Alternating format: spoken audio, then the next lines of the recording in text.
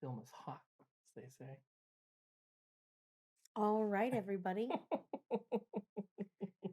Thanks for tuning in to another episode of You Made Me Inc., the Disney Lorcana podcast, presented by Off the Rails TCG. I'm here with my husband, Patrick Shaw. I am Ashley Shaw. Hi, Ashley. Hi. That was great. Yeah. You really took the reins on that. I did. I like it. How are you? I'm great.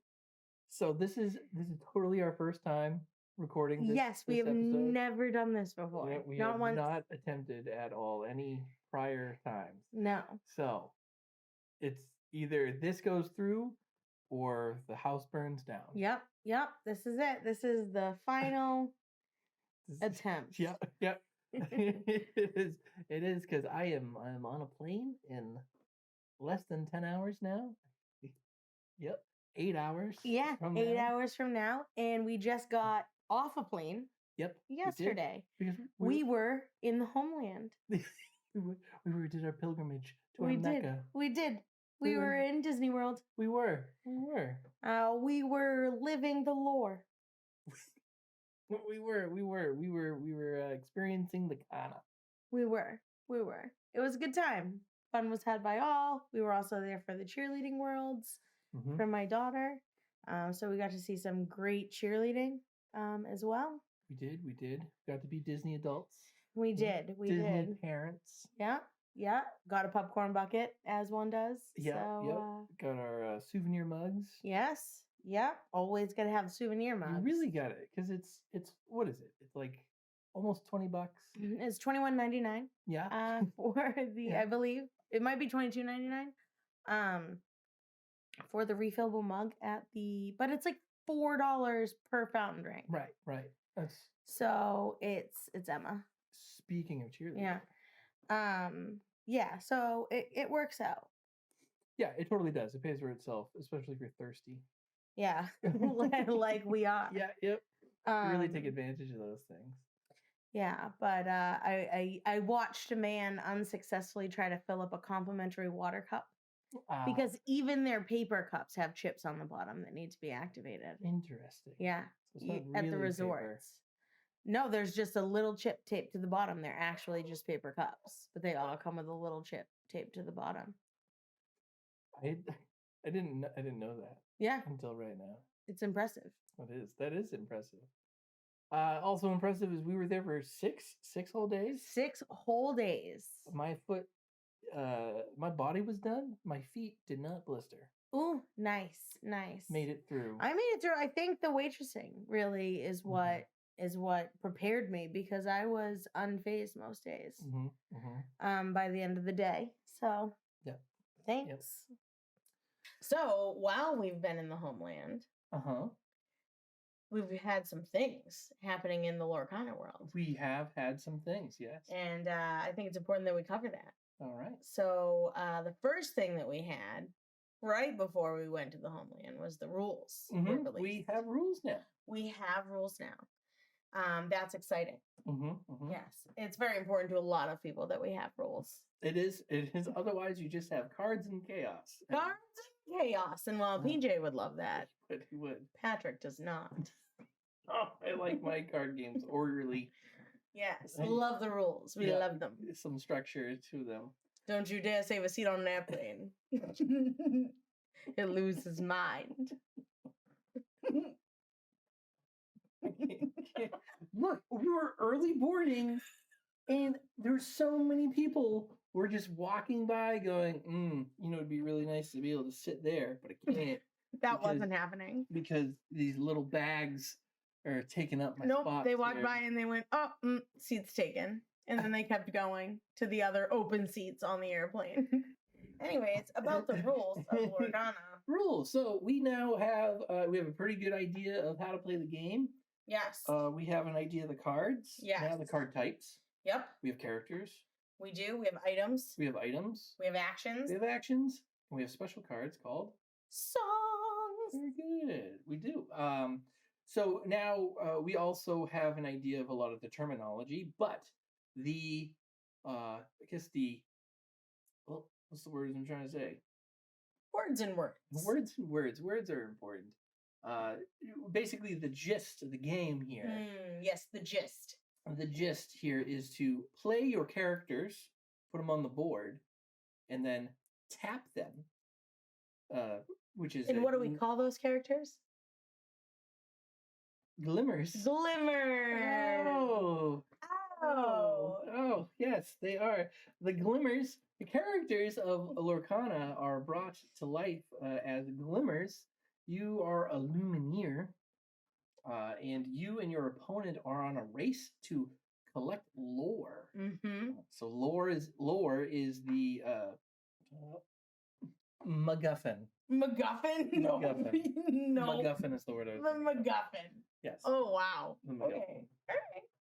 Anyways. Okay, we're going to cut that part out. So yeah, we just lost so many viewers. Lore. Listeners. Lore is what each Lumineer is trying to accumulate. The first one to 20 wins the game. Yes. Right? So you're not trying to kill each other. You are trying to independently accumulate lore. We know that characters, glimmers, can do that by tapping or exerting themselves and going on quest. So exerting a character to gather lore is called questing. Yes. And the bare bones way of playing and winning the game is playing these characters, exerting them, questing, and gathering lore. Yes. And until you get to 20. First one to 20 wins. Yes. So we also know that we have an idea of the resource system. Yes. Which is something I like. It is very Magic-esque, but in a way that fixes Magic's problems. Right? So mana screw is always the thing. Like, yes. What happens when you don't have enough of your thing that your resource to play the game? Right. You get stuck.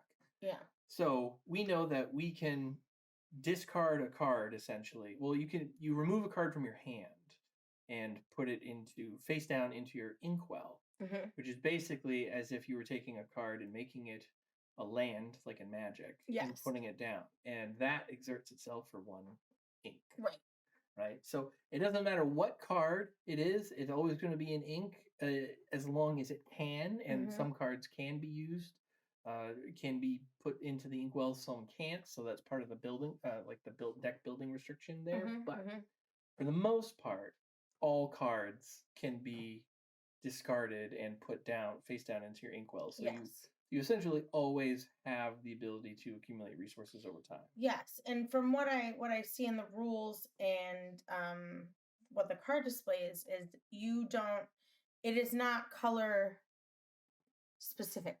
Right, ink is ink. Ink is ink. You can use it to play any color card.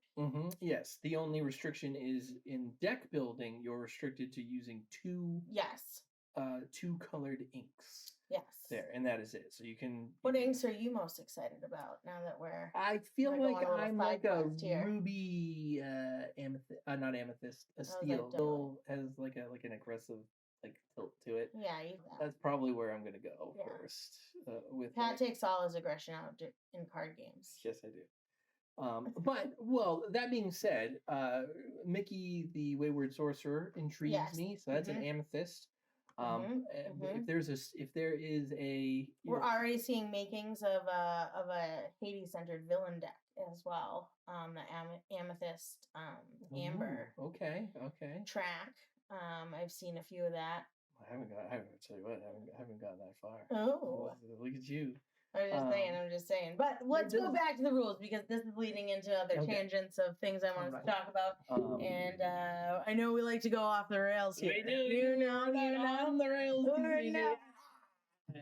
So back to we'll talk about maybe the parts of the card now. Sure. So the parts of the card, things that we were expecting to be when we had talked in earlier podcasts is, we figured out the cost of the card. And we did discover what the little, seems to look like a wreath around the hexagon is. And that means that the card can also be played as ink. Right. So if it's missing that, it cannot be played as ink. It must be played as a card. Right. And then the name of the character, their classifications, Those were pretty easy to pick out in our first talks about the game. Abilities and effects, the ink symbol were all pretty standard things that you see on a card. They even have some of that. What's that called? Flavor text? Is that what that's called? It is. If it's the little just italics. Yeah, little italics that don't mean anything on the card. It's not even labeled, but I remembered what it was called because that's your insider knowledge. Yeah, right there. It is. It's the years of teaching. Yeah, we're savvy TCG. Years of teaching, but never quite absorbing. TCG. And then they're calling the numbers that I have such difficulty with. They're calling them strength and willpower. Yeah. Yep. And then the little, what do you call them? Pips? Is that what you call them? Yes. Yep. The pips are the lore. Yes. So those are the parts of the card, and then they've also given us a rarity key, which was something we had speculated before. So we did get that rarity key so we can see which cards are going to be. So those pips, we're talking about those just for because people just tuning in haven't seen the card yet. Those little ones on the side. Yes. Right on the text on the body of the little card. Fancy diamonds. Yes. So those are the lore symbols. So if on the Mickey Wayward Sorcerer, he has two. Is two. So if Mickey were to exert himself into a quest, yes, he would gather two lore. Yes. One for each pip on it. Yes. He does that. Yes. So is there any restriction on what you can do, or how many times you can exert or do a thing? Yes. We do know that you can only do it one time per turn, unless you have a card that specifies you are allowed to do it more times, because cards are always allowed to break the rules with their special abilities. You can only quest once. You can only quest once per turn. Yeah. What else about the structure of the game here? The structure of the game. Let's just run through. There's phases, right? Well, at the beginning of the game. Yeah. How many cards do we draw? 7. There's 7 cards. Yes. And that's like the cap. Yes. Right. Yeah. So there's a beginning phase. Yes. Right. And then what comes after the beginning phase? The main phase. Main phase. All right. Then what? And then. It talks most about your inkwell, so your resource there and how much of it you had, and how to play a card. Yep. And what we are looking at to reference this is the Quick Start Guide that has been given. I also highly recommend the how-to videos. Yes, you do. Because I myself am a visual learner, so reading these words means almost nothing to me. So I have to really see what they're talking about. And as such, I believe that the challenging and damage portion of this game might be a little bit more palatable to me and other visual learners, because you have a visual representation in this game of how much damage is being done. And how much damage a character has incurred or a glimmer has incurred. So I think that will be very helpful to me, and I appreciate that has been included. I honestly never thought to do that in the past. Yeah. Probably just would have been a minor thing to do in a regular, TTG that might have made this easier, but I appreciate that, Lorcana really did that legwork for me. Yeah. And included it in the game. And they were like, how can we make this accessible specifically to Ashley Shaw? Yeah. And I appreciate them thinking of me when they did that. So I'm very excited about that part of this game. So it does seem like, so you can do in the main phase, you can basically do whatever it is that you need to do for the turn. Yes. There. But and then so there isn't any like, it doesn't get into like niche layers beyond that before moving to the end step. Right. Part of it. Right. So we talked about so we have the phases and we talked about the types of cards there, but Yes. one thing that stands out to me is that uh, there's no discussion of priority. Oh, but wait, you mean priority of damage, like how damage is done and resolved? In one element, but yeah, so instant speed interactions and the Oh, ability to essentially interact with your opponent on their turn okay, is okay. there does seem to be a conspicuous lack of Yes. that, which is I think it's fine. Yeah. There are some people who are uh, who found that to be a negative. That the game might not be complex enough for them, and one of the hallmarks of a solidly complex game in their minds is the ability to interact at instant speed.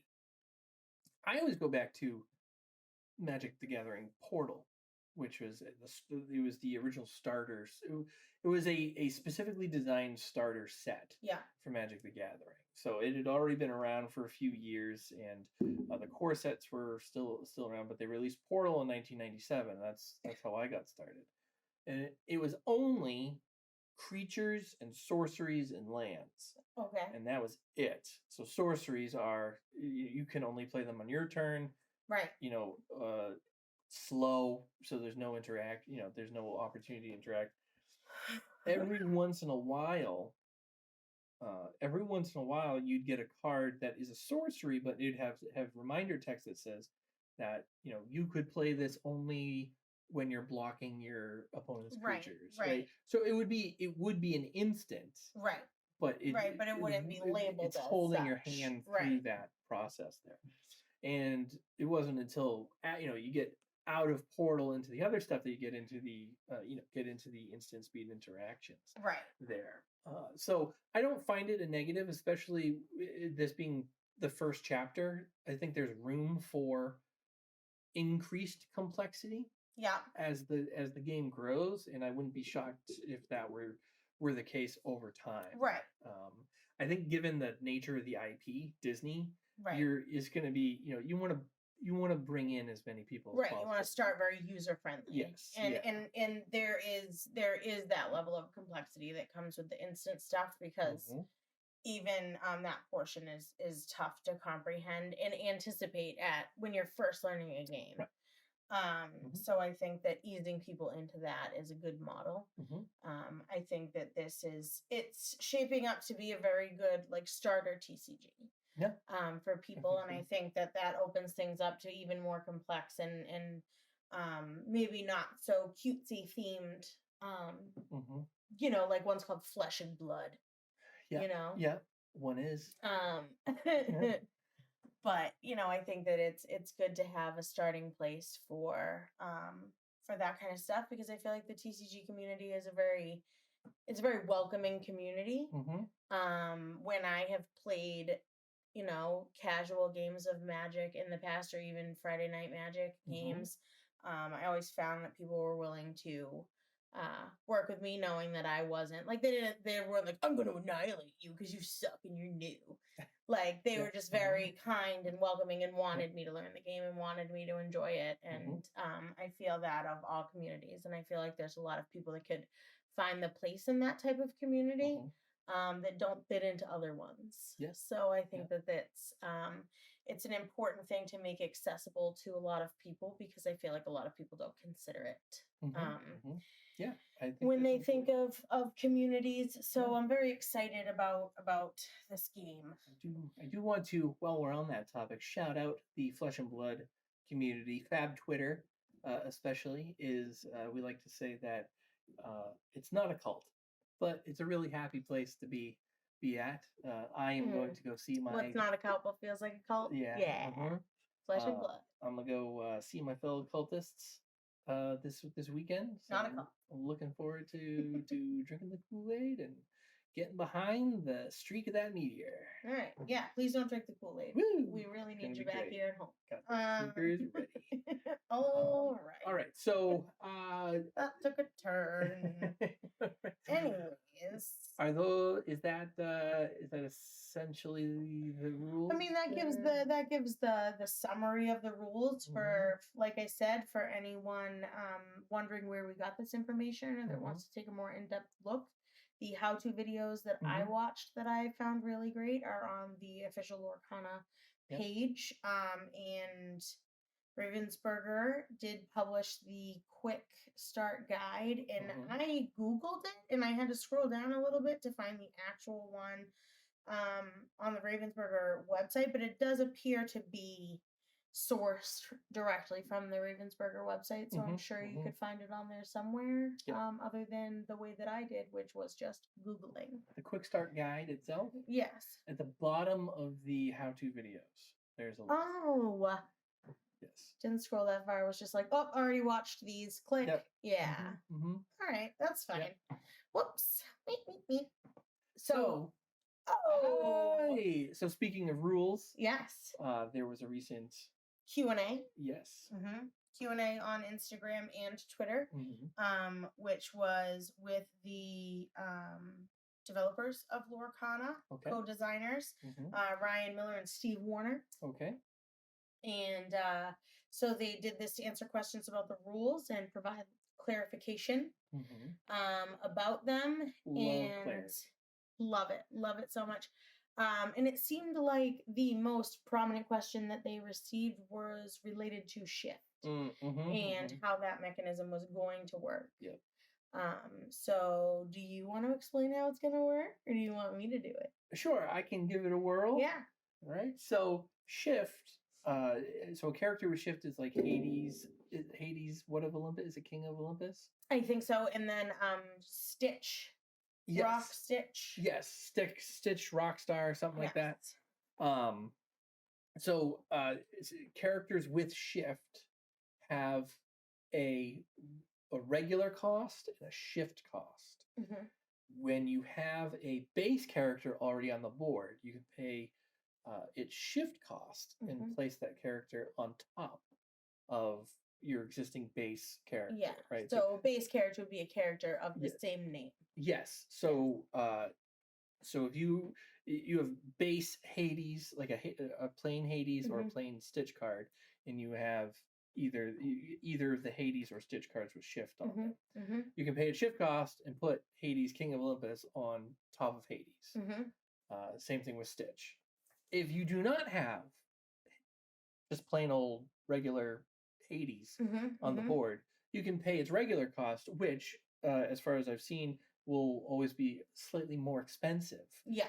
But it doesn't stop you from playing the character at all.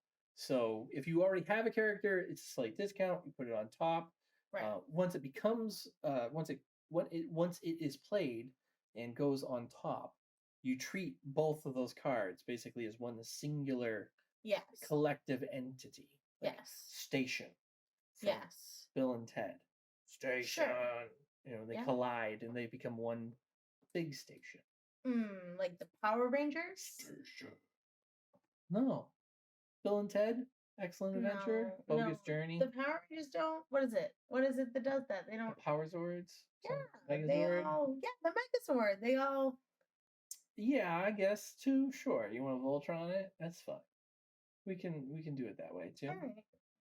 However you want to assemble the pieces together to create Care Bears? Do they assemble? And do they just don't. melt the arms, rip off, and sew into each other? Okay, this is getting dark.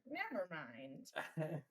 What other things can you slam together and just make a thing out of? All right. This got weird. Anyway, no, we're not.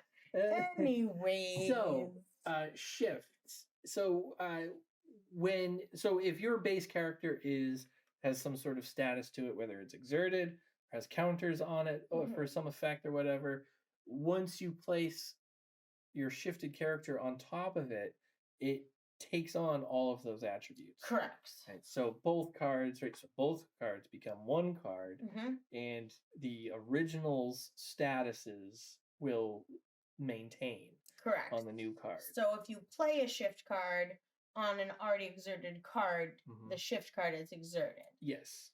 Yes. And if your original card has taken damage, the damage is then transferred. Yes. When the shift card is played on top.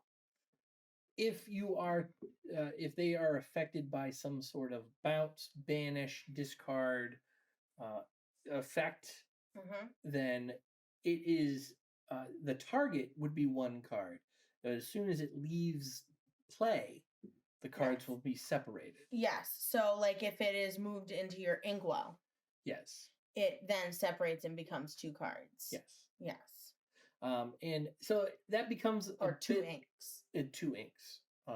It becomes sometimes that can be a little complicated to comprehend for some people. We ran into this in Magic with Mutate.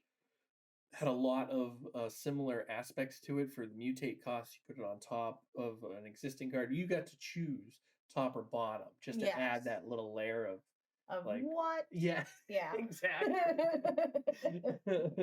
But basically the top card took precedent. Yeah. Right. So you could bottom a card and have the existing card be more powerful. Yeah. Yeah. Could you? Lorcana, the kinky podcast. But Lorcana after dark. Yeah.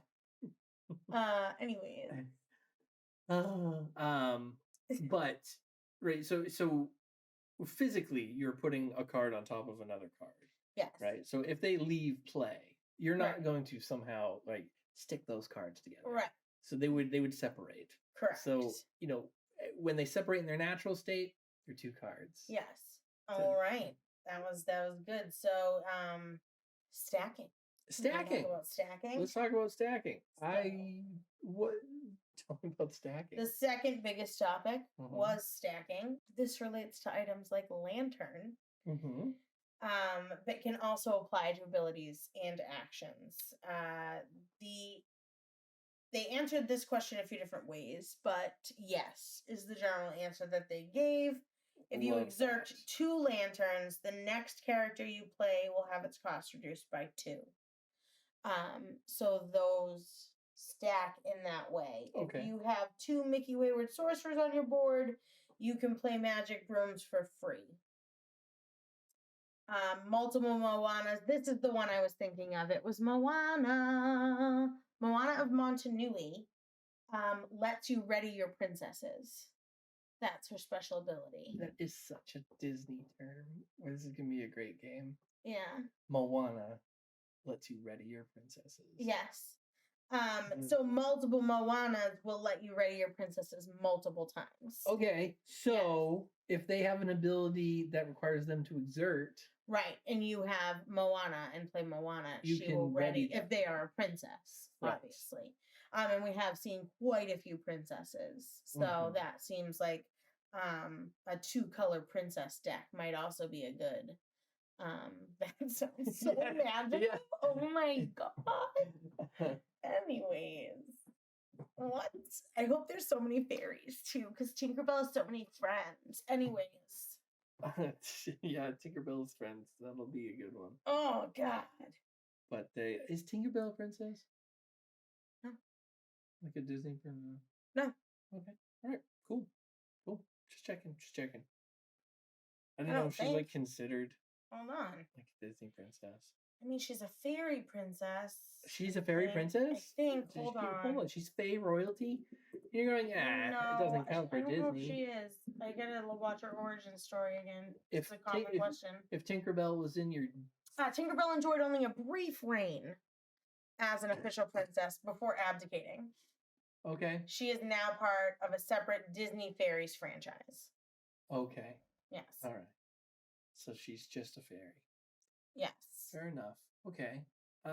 So stacking is interesting because stacking is interesting. I think this is where decks can get, for lack of a better term, exploitive. Yes. Right. So the lantern. Yeah. That's a cost reduction. Yes. Right. So if you can stack cost reduction, so I talked about this right in the previous episodes here. What is a slippery slope?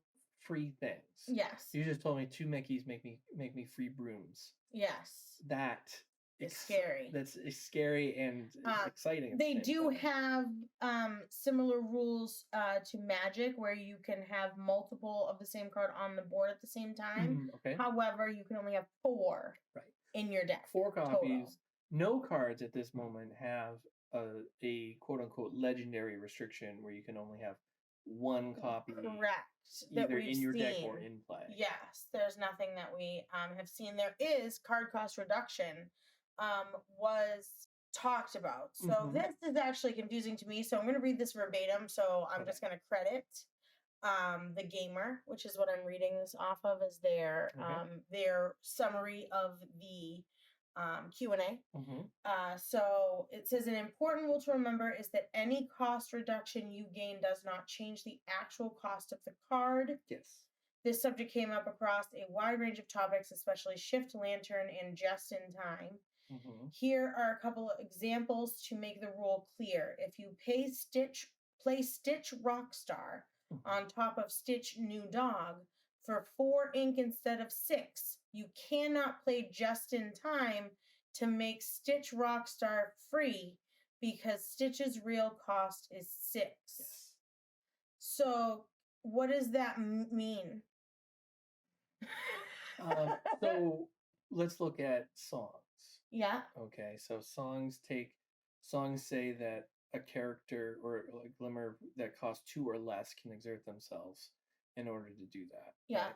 So if you take any glimmer that costs more than 2. Yeah. Give me an example. I don't know. A Stitch, right? Yeah. So Stitch is 6. Yeah. Right. Shift is 4. So if you manage to put enough pieces on the board where you can reduce the cost of Stitch to 2, yeah, you cannot then use it to play a song. Oh, okay. So because 6 will always be the cost. Right. So even if you temporarily reduce the cost, that number is still on the card. Right. Okay. That number doesn't change. Okay. So that's what it's referring to. Okay, that makes sense. So yeah, right. So even if you temporarily reduce the cost of a card, it does not take away the mana value. The cost, the average casting cost of a card will always be a static effect. Right. Okay. That'll never change. Right. Okay. Okay. Cool. And then the next thing is, apparently there were a lot of questions about Cruella. Cruella de Vil. Yes, she has the wording. Yeah. So she can only target characters that are in play, and she cannot target herself. Okay. Because she needs to be banished in order for her ability to trigger. Do you have her card up? I have her card up. So her "You'll Be Sorry" is what the most questions are about, and it says, when this character is challenged and banished, you may return chosen character to their player's hand. Okay. So she cannot be that character because she must be banished first. Yes. Yep. Makes sense. So that was a lot of questions about that. The exerted cards we already went over. Other than the fact that it says exerted cards that move to your inkwell will remain exerted until your next turn. Sure. I haven't seen. Is there cards? What situation? I haven't seen them. I'm not super up to date on all of the very new cards that we've started to see coming out of expos. Like the Beast came out in another language. Yep. So like there's a few cards that I don't know of their abilities, but it sounds like they're alluding to the fact that even if we haven't seen that in cards that have been spoiled so far, we're going to see it. Yeah. Because they keep referencing that. That's, I think, the second time I've seen something like that referenced moving into the inkwell. So I assume that that's going to be an ability that can happen. I like, so one of the reasons I like LSS so much is that they have cards in sets that sometimes don't even apply to the card, like the other cards in its set. Mm-hmm. It's applying to cards in the future. Yes. So like you get them and they stink. Yeah. Right? And then like two sets later, you're like a card comes out. Yeah, and it's like, it's my time to shine. Yeah, you're like, I hold on to this. See, that's why I hoard cards. Now you've made it right. Yeah. Just saying. Yeah. Mm-hmm. Yeah. Hey. Yeah. So just random facts of what else we saw is that there's no hand limit. You and I were talking about that earlier. No hand. Yes. No hand limit. So as many cards in your hand as you can have. And you do not have to get rid of them at any point as long as you keep them. Correct. So we take just as to differentiate from Magic. You have a 7-card hand limit, and at the end of turn, if you have more than 7, you discard down to that number. That is not necessary. Correct. You choose what order to resolve abilities if they trigger simultaneously. Yeah, that's a good one. That is an interesting one because what is that? Is that Magic? Is that like the stack in Magic? Yes, it can be in a limited sense there because you don't exchange priority there, but you get to choose how they resolve, and you do stack them. Right. Same thing happens in Flesh and Blood, where we say the active player chooses the order of how they resolve. Yeah, that happens. You can use a character's ability the same turn you play them. I think I already said this. As long as it doesn't require them to exert.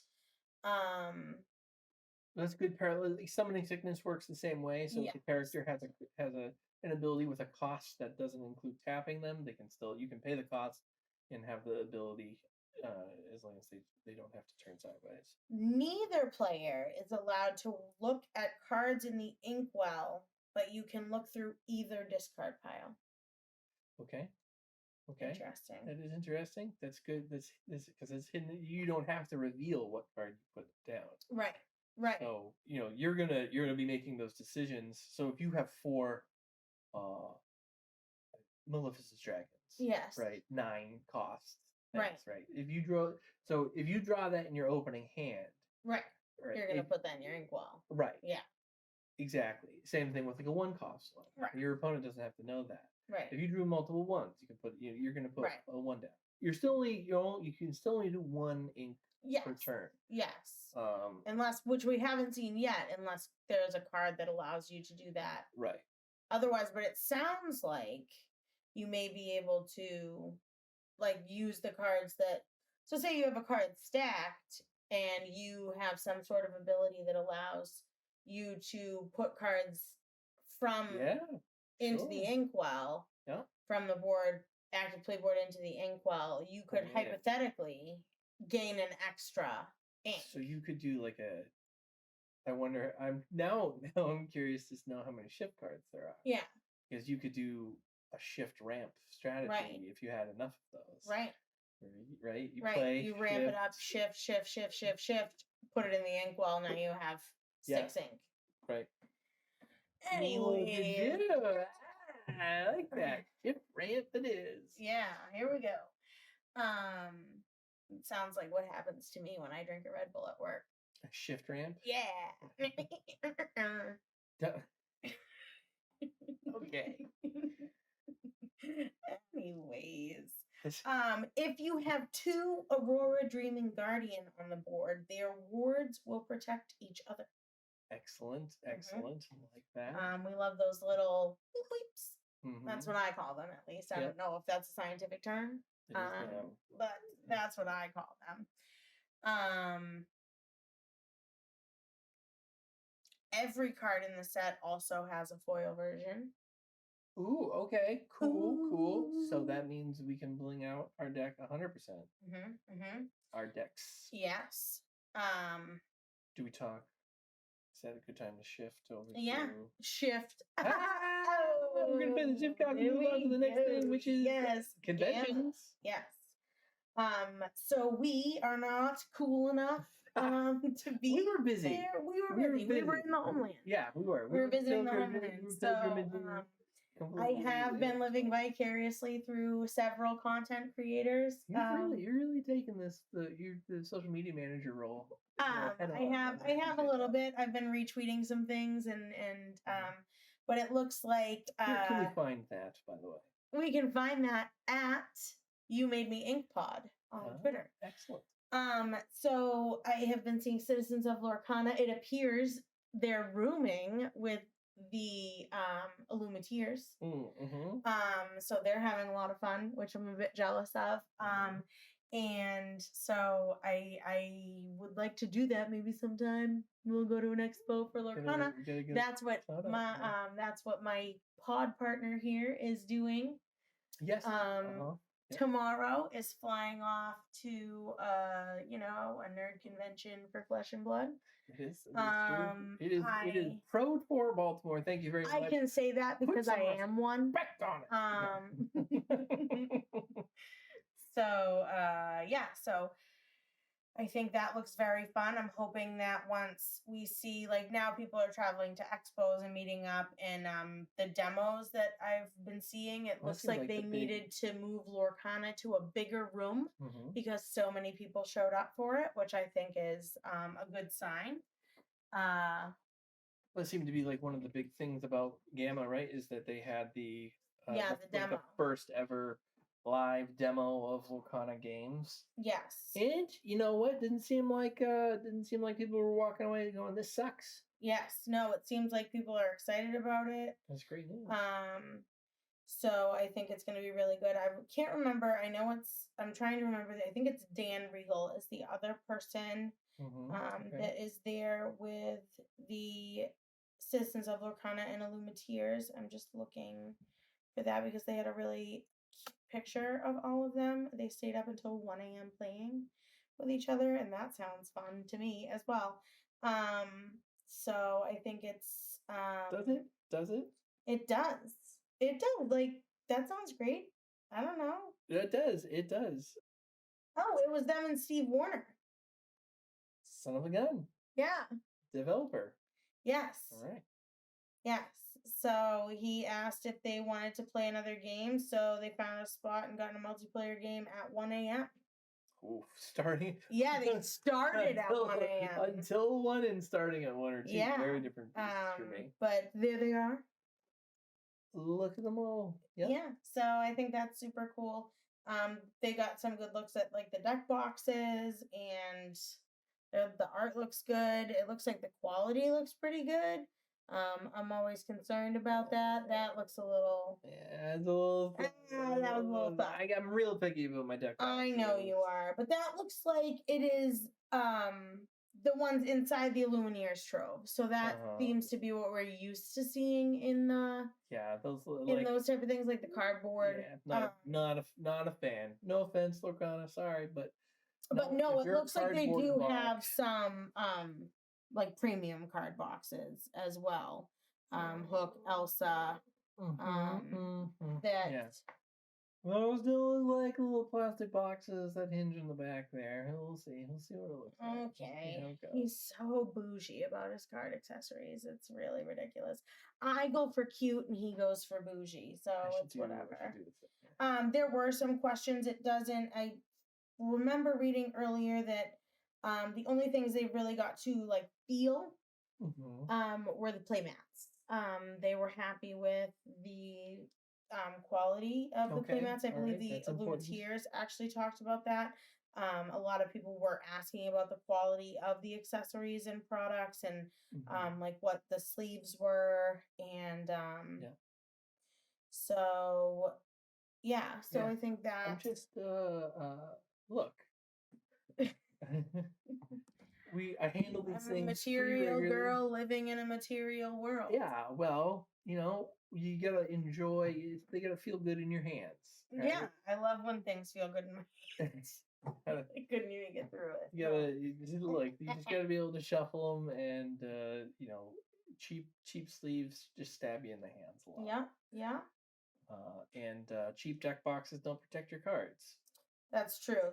Which is especially important because I believe at this expo they also showed off multiple foil treatments.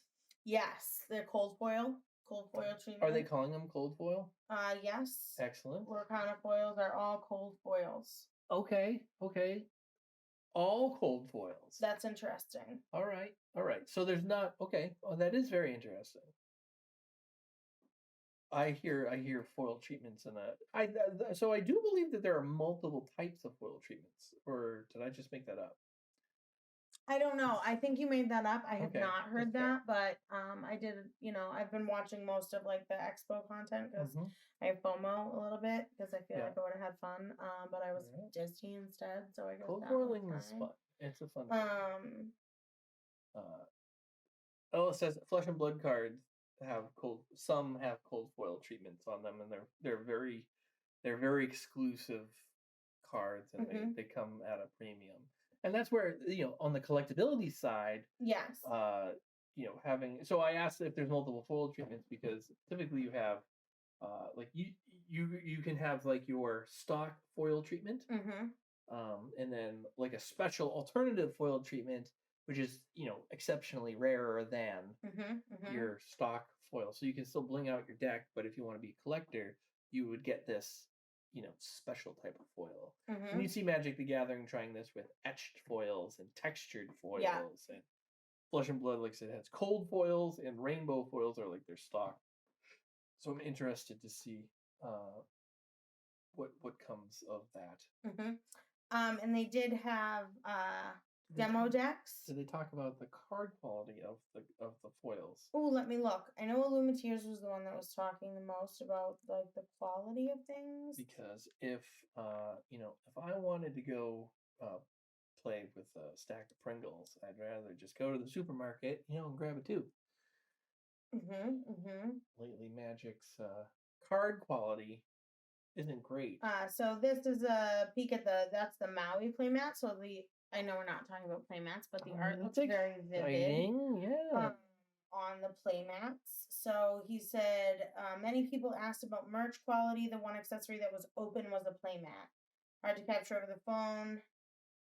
So this is the Steamboat Willie one, it appears. Yeah. So that was a meme that they made.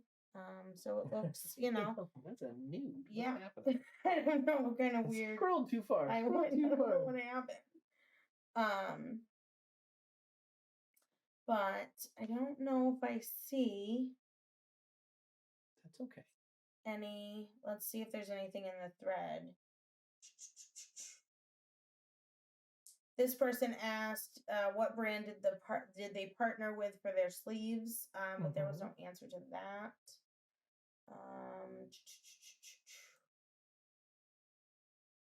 I don't actually see anyone. You seem to be the only person that has asked about the quality of the cards. So maybe I'll tweet at one of them later, and maybe we'll get that question answered. So I think that it looks like it's going to be some good stuff, It is. But yeah, so I see Ariel on human legs. Yep. Yeah, she's the one that can't sing. That's right. Very, very on. That's very flavorful. I like that. Yeah. So new cards. That's a new card. So cards. I was just on. So the Mushu report was what I was just on. That covered the demo cards. So the where was I just? Yeah. So these are the demo deck lists. So they had a sapphire. So each were 40 card demo decks. Okay. So there was a sapphire and steel, and it appears an amber and amethyst deck. Which so I'm trying to figure out Flounder Voice of Reason. I don't know if we've seen before. We might have. Jasmine Disguised is one I don't know if we've seen before. I don't think so. Let me see if well, how about this? Not to stop you while you're running hot, but we are up against it. So what would be perhaps one or two of your favorite new cards. Ooh, hold on. Let me go look again. Now I have to go back. Yeah. Hold on. So let's see. So it's got to be from the Amethyst or.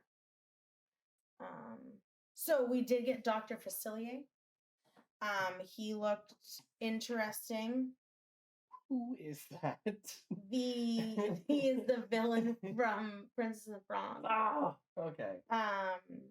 So I think that one was an interesting one. He has a Challenger +2 okay, I appreciate ability that. Yeah. while challenging this character gets +2. So that was another one that looked really cool. So this looked like the demo deck did have a lot of villains in it. Jafar, Wicked Sorcerer, was in there. He had a Challenger +3. A lot of specifically sorcerer cards. Yes, and then Mickey, Mickey Mouse True Friend, I believe. I thought Mickey Mouse. It must have been I think someone made their own deck. So that must have been what I saw with it had the brooms and and then so Friends on the Other Side was another one that had been talked about, which is also from Princess and the Frog, but a character with cost 3 or more can sing this song for free, and you draw 2 cards. Okay. So that one is another one that looked interesting. But the deck, I mean, obviously, I'm partial to the Amber Amethyst deck myself because that is something. It's your jam, right? Yeah, that's my whole thing. All right. Minnie Mouse, beloved princess. She's just a character. She doesn't have any special abilities, but she looks pretty. The hell. They give Mickey 18 versions and Minnie. I'm hoping we'll see Minnie too because she's pretty. You know what I mean? Yeah, she's an iconic. Pretty character. important. Yeah. The Fab Five, I think, should be in there in several iterations. Mickey, Minnie, Goofy, Donald, Pluto? Yes. I get to stay in the house. You do. Buddy. So yeah. So I think that is a good stopping point. I think it's a good recap of all the things that have happened in the past few weeks and still leave some stuff to be discussed later. You know? But I definitely appreciate in future episodes. And I do appreciate all of the hard work that those at the Gamma Expo are doing to keep the rest of us informed that can't be there and have FOMO because I'm watching. She's watching. You heard it here first. Appreciate it. All right. So that's all we've got. You are listening to You Made Me Inc., a Disney Lorcana podcast. You can find us on YouTube at Off the Rails TCG. You can find Off the Rails TCG at the same handle on Twitter. You can find the podcast at You Made Me Inc. Pod. We are streaming everywhere that you listen to your audio podcasts, and I think that is going to do it for us tonight. You Made Me Inc. Me. All right. Yeah, sure. Why not? There it is.